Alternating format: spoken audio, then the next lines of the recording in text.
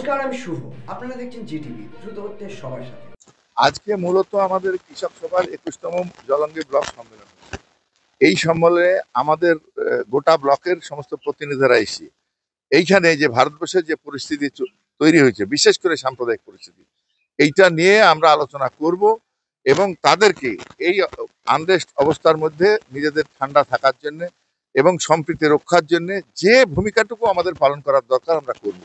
এই বিশ্বাস আমাদের আছে, লাল ঝান্ডার লোকেরাই একমাত্র সম্প্রীতি রক্ষার জন্য বুকের রক্ত দিতে পারে, আর কেউ কিন্তু সম্প্রীতি রক্ষার জন্য পারে না। এই যে ওয়াকফ আইন পাশ হলো কেন্দ্রে, এই ওয়াকফ আইন পাশ হওয়ার পর আমরা তো দেখলাম যে এইটা নিয়ে একটা উত্তেজনা তৈরি হয়েছে। ওয়াকফ আইন পাশ বিরোধিতা সবাই করেছে রাজনৈতিকভাবে। এখন এই ওয়াকফ আইনের বিরোধিতা করছে, অথচ দেখা গেল আমাদের রাজ্যের সরকার, তার যে এমপিরা আছে, শাসক দল, তার যারা এমপিরা আছে, সেই এমপির মধ্যে দেখা গেল কি বলে 3 জন এমপি গেল না। একটা কথা কিন্তু এই দলের পক্ষ থেকে বলা হলো না। তাহলে কি চাই?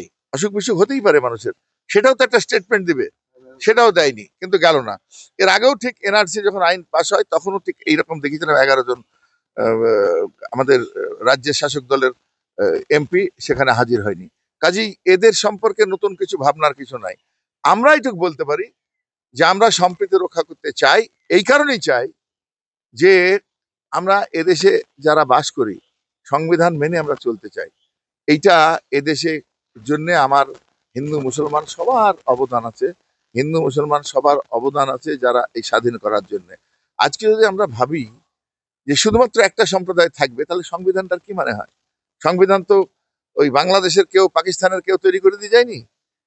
বি.আর. আম্বেদকর সংবিধান রচনা করেছে, যেটার উপর শপথ নিয়ে আজকে মন্ত্রিসভা চলছে।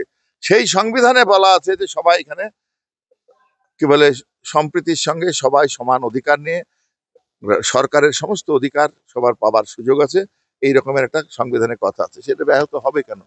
আপনারা এতক্ষণ দেখছিলেন জিটিভি, দ্রুত হচ্ছে সবার সাথে। জিটিভির আরো নতুন নতুন খবরে আপডেট পেতে এক্ষুনি লগ ইন করুন www.gtblivenews.com।